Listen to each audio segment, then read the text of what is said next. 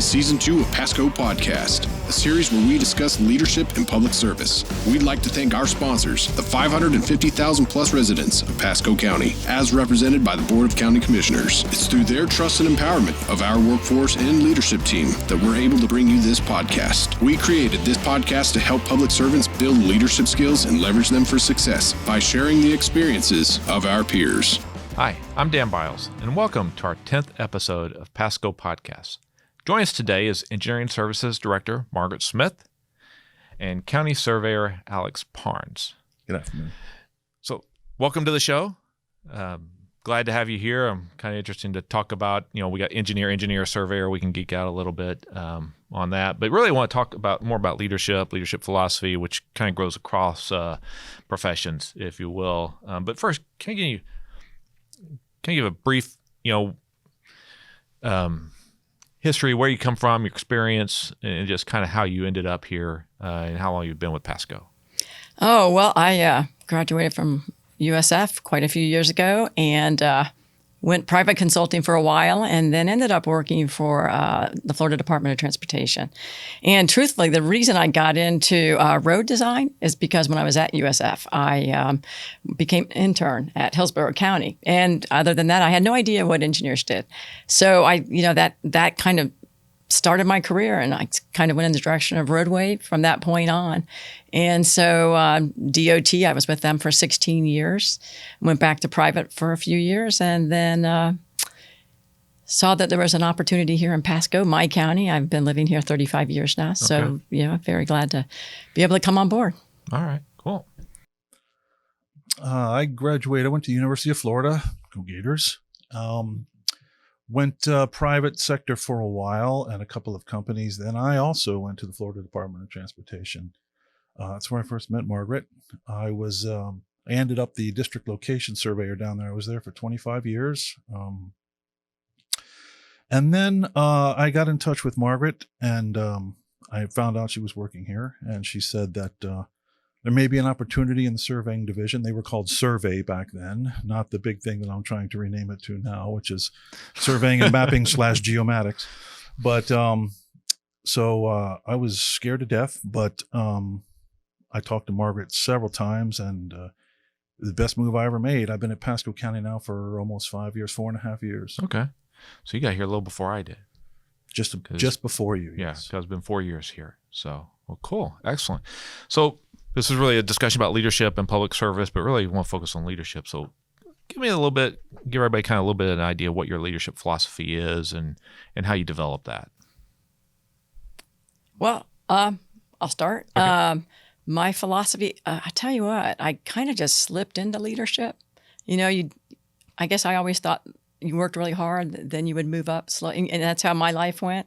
You really try to do the best you can where you are, and then you kind of just move up to that next position, then the next position.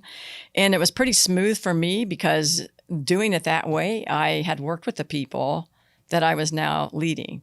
And so I slowly moved up the ranks that way at the Florida Department of Transportation.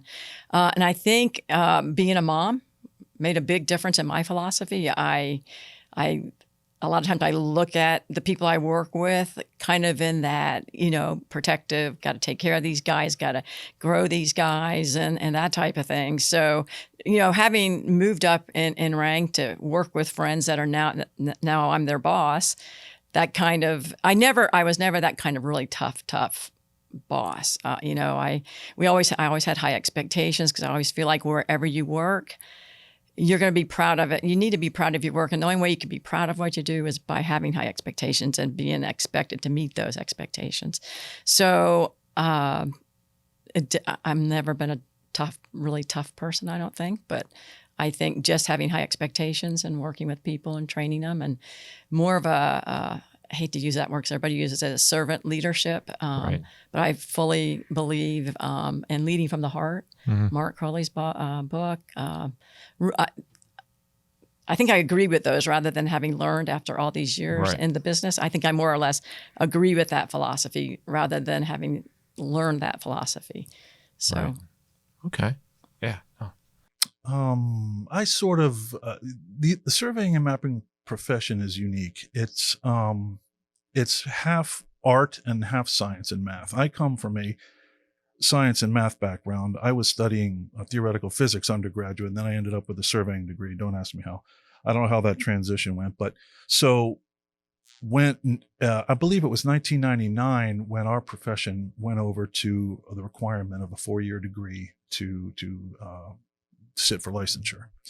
So when I came out, as you can imagine, a lot of the old guys that have been there forever with the history, it's a very, very long history, and it's very like 3 out of the 4 guys on Mount Rushmore were surveyors. So it's got a very, very star-studded past. So I was college boy going to the Florida DOT, but I moved up pretty quick through supervision, and then they have a leadership path there. They have the Supervisors Academy. They have what they call academies, management, and then they have a leadership academy. And we went through all those. And I know Margaret did as well. And they start to teach you the philosophy of leadership. I'm a very technical math and science guy, like I said. So it's difficult to let go of the day-to-day reins and have people that you trust that can do the work, that once you set up standards, so you can just trust them to do it and kind of let go of the day-to-day. And that was difficult for me, but it took a while. But then you started to understand the philosophy of leadership. Basically, you, like Margaret said, you build a team of people that you love and respect, and what the work is going to be, and you basically get out of their way and you remove obstacles for them, and you let these people blossom. You let them grow and give them the space to be creative and come up with new, innovative ideas of how to do stuff. I've never seen that, show it to me, and I mean, the young guys in the profession, young guys and girls today come up with amazing ideas. I just try to get out of the way and remove all the obstacles.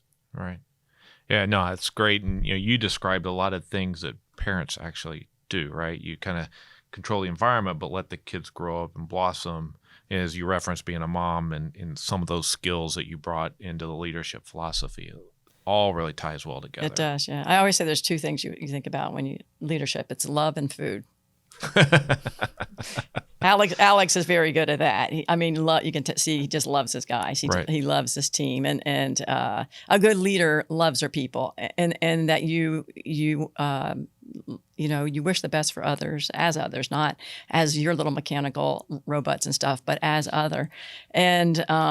And then this guy, their team eats all the time. But breaking of the bread, how far back does that go? Forever and ever. And I'm telling you, when you sit down and you eat with people, it makes a difference. It brings people together. Right. So. Yeah. And your reference to Mount Rushmore and reminded me, Lewis and Clark were both surveyors. Right? Exactly. Thomas Jefferson was a surveyor. A lot of people back in that time understood, what they did as surveyors. So there's a lot of history there. Absolutely. And this guy's a super proud surveyor. Yeah. Alex is high standards, high expectations from his staff. And he lets them know about their history and about this isn't just you guys going out and working in the field. Mm-hmm. And they've heard the stories about the history and that type of thing. Right. So it's very cool. Well, I call it the second oldest profession. Yeah. So the surveyors, they laid out the pyramids. In Egypt, they were called the rope stretchers. Right. So. Right. But yeah, so it's very behind old. the first oldest profession. That's right. Yeah, That's right. Yeah. So as you were in your career, as you started in your career, and I think you both mentioned you spent time in the private sector and time at the state, and then now at the county. When did you really realize you wanted to lead others and be a leader? Truthfully, I don't know if I ever said to myself, I want to be a leader. I don't think I ever said, I want to be a leader. I knew I wanted to be very proud of the work I did. To me, that's always very important, and to do a very good job and to be one of the best of whatever it was I was doing. But, and leadership just follows that. I don't think I ever said, like when I got out of college or anywhere along the way, I want to be a leader. I don't remember saying that. I just remember it was the next step up. I think it was Martin Luther King who said something like, even if you're a street sweeper, do it as if your angels are going to be walking on that sidewalk. So that's how I've always felt. It was very important just to, whatever job you have, do that job really well, and things happen. Right. Well, for me, being a college graduate early on in this profession, I noticed that it moved very quickly into high technology. And surveying and mapping geomatics today is probably one of the highest tech professions that I've seen, that I've worked in our industry, certainly. So I wanted to I wanted to pull the profession of surveying and mapping, kicking and screaming if I had to, into all this high tech stuff. It's wonderful. It's more efficient. It's faster. It's safer. So, a lot of the stuff that I did was trying to be innovative. And so trying to create a new, feel for the profession. The science and math part, the science and math portion, the art and the history is already there. And but so I knew that I had to have a voice and try to be, have a direction and try to pull the departments that I work for into the technology arena. So I did also notice that I was a pretty good mentor for a lot of the young surveyors coming out, the guys with college degrees and the guys that are trying to make it through the apprenticeship program on the technician level. I still go up to the University of Florida once a year and talk to the guys, the students, the guys and girls, and try to talk to them about public service, thinking about a career in public service and private sector and so on and so forth, and reach them right before they graduate. And I think it's especially poignant right now because our profession right now is, I don't want to say it's under attack, but it's going through a very, very strange political process right now where there is legislation that's going to attempt to take away the 4-year degree requirement to sit for licensure. Now that's a discussion for another venue and another topic, but that brings to the forefront even more so leadership by the old guys like me and getting the young college students and the young kids, and even in high school. And I still used to go to the day of caring and go talk to 5th graders and 6th graders and kindergartners. Their imagination is wonderful, but there's a reach out to kids program in our profession, because really nobody knows what surveyors do. Aren't you the guys with the clipboards in the mall and you take surveys? No, that's not us. So it's educating. Right. So I'm sorry. Anyways, to answer your question, no, that's fine. I knew back then I needed to kind of be a spearhead. Right. So okay. So as you kind of look back over your career, and even before then, in terms of leadership, who's been some of the biggest influences in your life, and how have they impacted the way you lead people? I've had just so much good, I guess, influences, good leadership. I'll start with my mom and dad, incredible people. I have 9 brothers and sisters, and my dad was working all the time, so my mom was the manager. She was that, 10 kids, shopping. I mean, all the logistics that go into that. You don't even think about it when you're a kid. It just flows smoothly. So I look at the amazing things my mom did. I look back at that because to me it was all like normal back then.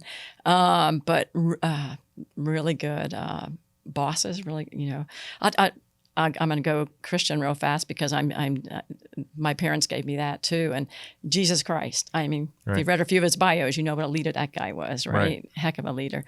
And that's where the servant leadership starts, right there. I mean, that guy. So starting there, but I mean, my bosses, the guys that I was interning with when I was in Hillsborough County. Great guys. I don't think I would have gone into transportation if it wasn't such a good group of guys.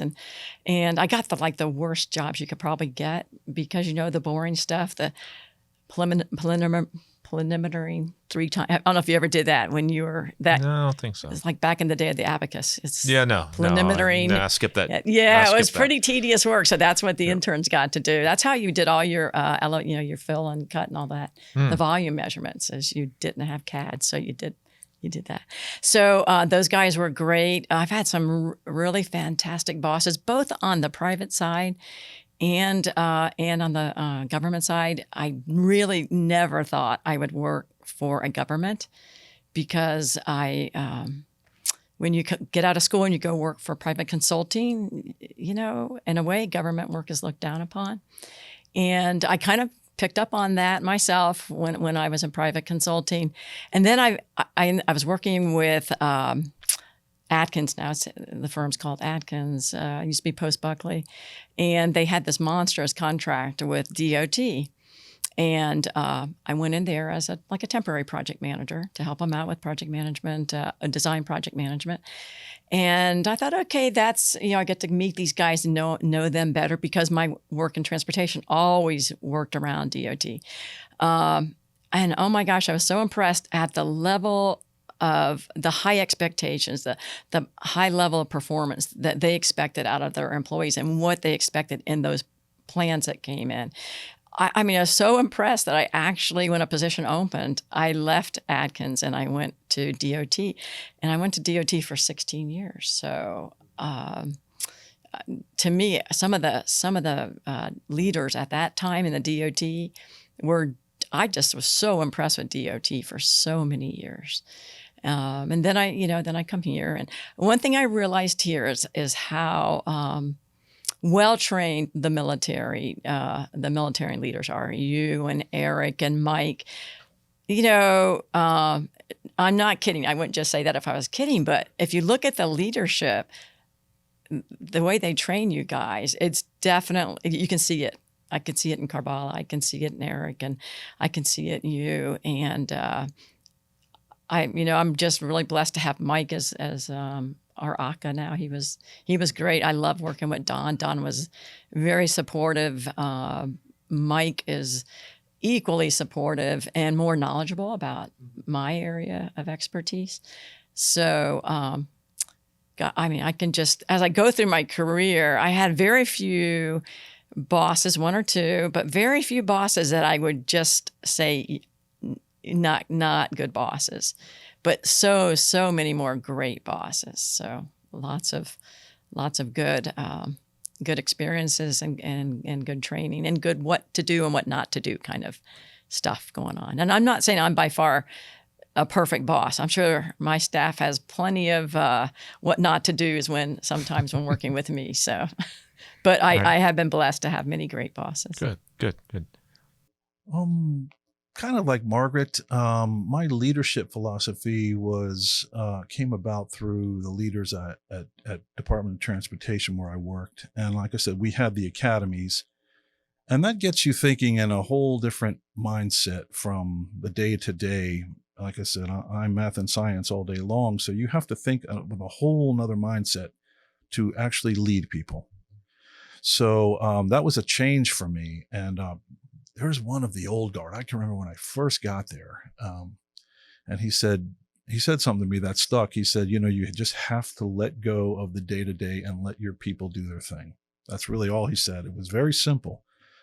So I tried to embrace that philosophy when I lead, and I do it here. I tell you, I'm so fortunate to have the team I do in surveying and mapping, geomatics. I got a shout out to my team. Love you guys. So. And, working with HR, Barbara has just allowed me to build this amazing team. And so I found that you just have to literally just take your hands off the reins and let these guys create. These guys and girls, they're wonderful. So you have to allow them to fail. And you have to say, okay, so this is what happened when we failed on this one. And it's okay to fail. Sometimes in certain high pressure situations, failing is not good, especially if money's on the line or budget, but we have to have the ability to try things new and innovate, and then fail and go, now we could pull it apart and see what happened.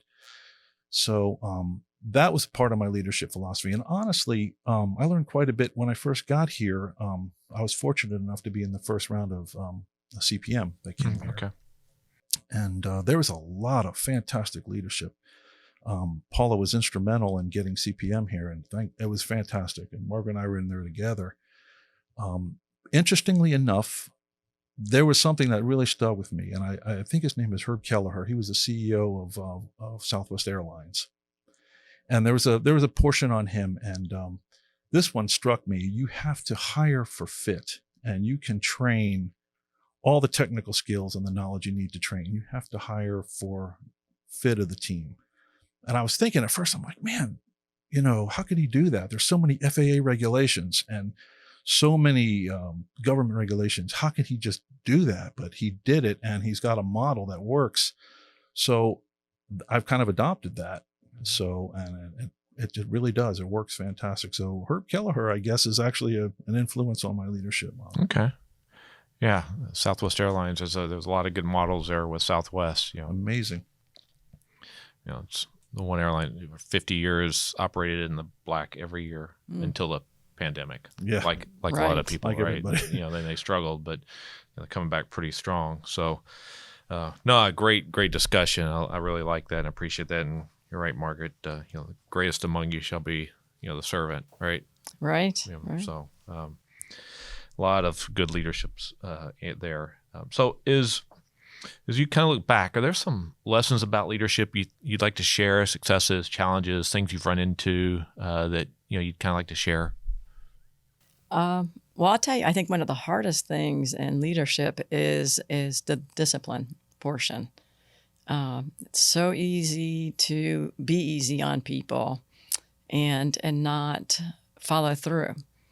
And if anything can really demoralize a team, really take a team down and reduce that level of expertise and quality that you want to get. It's by leaders allowing some of these negative things to continue. Sometimes for the best of the team, you have to work and you just have to document these people, document these activities, document this behavior.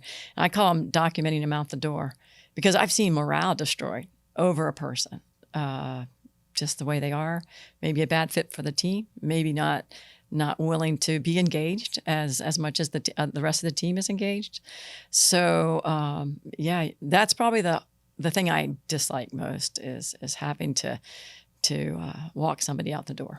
Right. But it's just not for the good of the team. Most often, right. It's the good of the team. You have to do that. Right. Well, and it kind of goes back to you talked about parenting, right?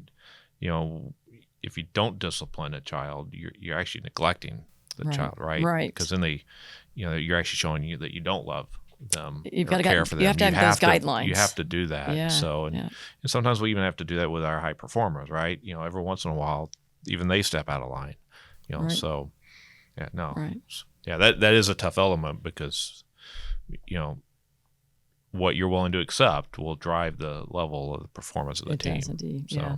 But then it's also a great thing working with really great team members and just, like Alex said, just watching them grow, just watching them just succeed and move forward. And boy, we have such great people here in Pasco and in my group. I'll do a shout out to my whole group since Alex did one to survey. But we really, I look at these, the team that we have put together in engineering services and what Venkat's done and traffic and what Chris has done and what Alex has done with his team and amazing growth, I think, over the since these guys have been in place. And just the excitement that people have in finishing a project or what Sam's going through with Ridge Road. I mean, to take that from a project that really, trudged along for 20 years and he's got it really, you guys as a team did a lot to get that thing really booming along. But that's a big project, but there's so many other projects, so many multi-use trails and every one of those things, trails, an intersection improved, all of that. The guys out in the field that are up there, at all hours, changing out the lights or, fixing the timing and that type of thing. So, we do that employee engagement. And to me, to expect our employees to be engaged means we have to be engaged too. And so, we have to be there with them as they're growing and as they're learning and celebrate those wins and, deal with some of those other issues that come up sometimes. So the Pasco County leadership philosophy and with an eye towards Sterling and being a premier county and everything, that actually is parallel what's happening in my profession right now. And it's about succession planning. It's about growing young professionals. And so one of the things I struggle with, and it's certainly prevalent in the private sector, is the competition and conflict model. And I have to get out of that mindset. And I try to mentor the young professionals to get out of that mindset. If somebody is not performing or doing what we need to do, it's the onus is on us. We need to teach them and bring them up. So we have to teach them what we want to do. We have to mentor young professionals and bring them to where we need to be. So the onus is on us as leaders. So I think getting out of that conflict and competition and getting into more of the servant leadership and teaching and mentoring and, growing. That's essentially what. And feeding them. With surveying and mapping, it's always feeding. So. It's always feeding time. Yes, it is. So you've talked a lot about mentoring and growing young leaders. So what are some specific ways you do that? And then what are some specific ways you continue to work on your leadership skills and developing them over time? What I mentioned, before is the important thing is to make sure that we have standards for the work we do. We are a government entity, so in my opinion, we're probably one step above on scrutiny on doing our level of service and our work.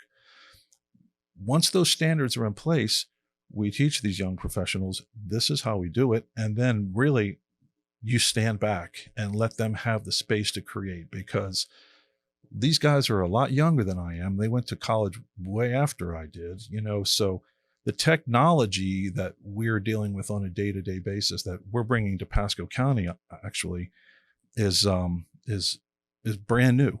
So I haven't studied it in academia. They have. So I get out of their way. They show me. I learn stuff from these young guys every day.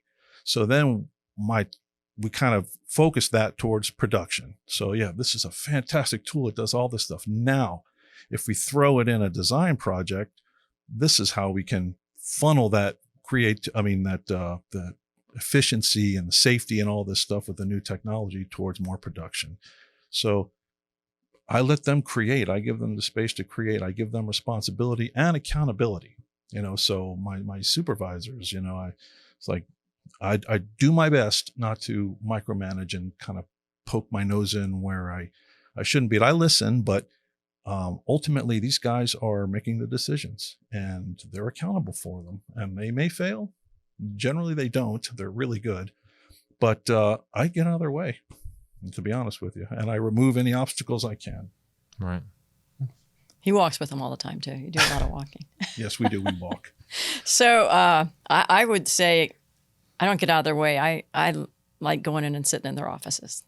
So I'm not really getting in the way of their, their technical skills and what they're doing. But when I'm over at the Newport Richey office, the Sunset office, I'll go in and right into their offices and sit down and talk to them, and just again to be engaged and to see what they're doing, and because I can walk into I can't go into traffic ops unless I'm over here, but I can walk into his team's offices anytime. I can, go over and visit Chris's team anytime. So quite often I just go in and sit down with them and chat with them and talk to them, work through projects, work through issues. Depends on what the hot issues are of the day and who needs who's I guess needs the most help. Sometimes it becomes like a professional thing where we're working together to get something done. But a lot of times I just like to go in and see, how the family's doing, how this is going, how's it going here, and what's going on over here. Is your career going the way you want? When you're coming to work every day, are you getting where you need to get to and do what you need to do, both professionally and personally? So I do a lot of that type of thing with the teams. Okay. So kind of getting to know the team, the whole person, if you will, not the 40-hour-a-week person you see, but the whole person. Absolutely. Right. The management by walking around is great, and talk about your weekend, talk about your kids. Hey, how'd the softball game go? Stuff like that. Yeah. Big on that. The goods and the bads again. Absolutely. So. Right. Well, and you've both talked a lot about trust, and part of trust is being vulnerable, because ultimately we still are responsible for the work that happens, That's right? Absolutely, 100% But you're actually giving them the authority to make it happen. Yes. So, trust and vulnerability is part of that. And that's not to mean you're not going to make a mistake. I always say the person that doesn't make mistakes is the one that sits on their hands afraid to do anything. Right. So get up and do stuff. Get up and move forward and get your jobs done and your projects done. And we'll deal with the mistakes. We'll get through those. And you'll learn from those. Yeah, it goes back to the Teddy Roosevelt quote about the man in the arena, right? The credit goes to the man in the arena whose blood, sweat, and tears is the one really doing the work, not to the spectator sitting in the stands. And I didn't quote that exactly, so don't hold that against me. Gotcha. Gotcha. But effectively, the one doing the work in the and you want to give them that support to know they can go out and just do what they think they need to do. It may not be exactly what I think they need to do, but go forth and do things. And 99.9% of the time, you're going to get exactly what you need to do to get a job done or to be successful. So when they learn, they discover new things. I think like you're seeing in the technology realm, kind of take the hands off, and man, they come up with some great ideas and some things to really be more efficient and get some better answers. Well, the biggest thing is the communication. It may sound cliche, but you really do have to communicate. And so they make decisions, but no one shoots anything out the door before we all make sure we take a look at it. And they say, hey, what do you think about this? You think it's feasible? My answer usually is, I don't know. Show me the data. Let's take a look. Try it, you know? Yeah. And but ultimately we're responsible for what goes out the door. So, but they feel free to be creative and innovative. So, that's what the environment that I try to create there with these guys. Right. Yeah, no, that's great. So kind of before, as we wrap up, any tools or wisdom you want to share with the people who are listening or watching today? Last words of advice? Loving food. Loving food? Love your people. Love your people. If you don't love what you do, don't, maybe consider something else. But love your people too. Just absolutely the people you're working with, not just the people you're leading, but, kindness and all that. That's all good stuff. And I think it makes a big difference in the workplace. I think it makes it a better place to work when you all get along, you love each other. And then that doesn't work unless you're eating, right? This may also sound cliche, and I've heard a lot of people say it. I've heard you say it. Our best resource is our people. We're all human. So the human connection is an important thing. So the day-to-day, the technology, the math, the science, the projects, that's all while we're here. But, you can never neglect the human. The human is still attached to everything. So it's the man by walking around, asking about the children. That's my only thing, is never neglect the humanity. We're all people. We're all friends. We're all friends outside of the office. We play golf. We do all kinds of fun stuff together. I've seen the films.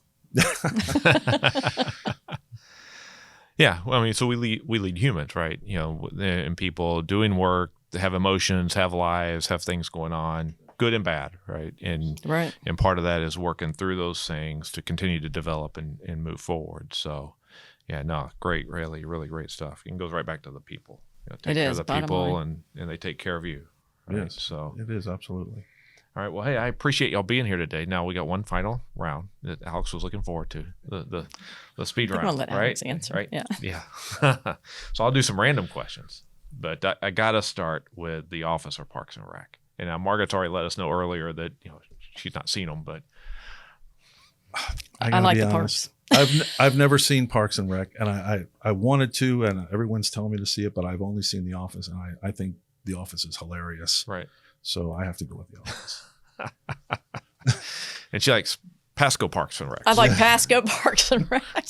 That's right. I'm sure Keith appreciates that. Hey, Keith, great job. Too. That's what I love about Pasco County. I love the parks. Yeah, well, 35 years here, you've probably seen a whole lot of changes. Oh, new libraries, new parks, you name it, everything. Amazing. I love Pasco.